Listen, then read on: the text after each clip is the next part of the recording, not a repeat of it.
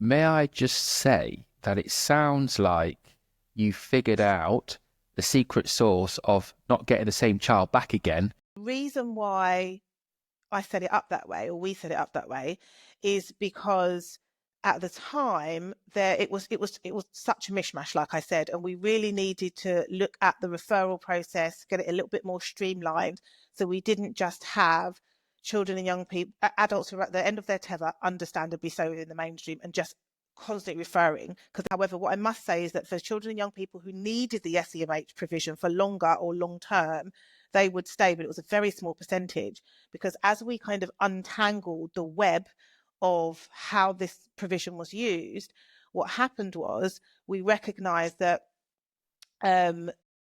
what was happening was that so many of the mainstream schools just didn't know how to meet their needs. So in addition to supporting children and young people in the Peru and SEMH provision, I don't know how I did this at the time as head, because you've got so much on your plate. But what I also did is utilize my staff team without any extra pay or time. And we operated a very small, almost like an outreach service to the mainstream schools within the borough. When a child integrated back into mainstream school, a member of staff from our school would go with them on certain days, and they weren't there just to kind of be that person next to that young person. They were there to model and to support to the staff within the mainstream how to meet the needs. I also developed a training package for mainstream schools as well. So that rolled out across the borough, and the training package was just around understanding behaviour as communication, understanding need, how needs present, and how to meet those needs within the school. That's why we had so many of our SEMH kids integrating back, because the mainstream schools, their mindsets and their environments were changing in order to cater for more of these children and young people successfully.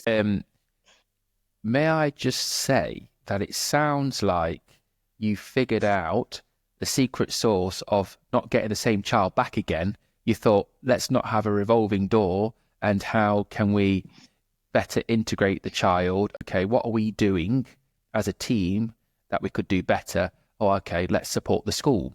And actually, I bet schools loved you, because you've not asked for extra resources, you've not asked for extra money. You're sharing resources and skills and mindset and what's been working with that child. And you've not just dropped the child off and gone, here we go, off you go to you. You're communicating, you're collaborating with the school. So I guess it's way better for the child.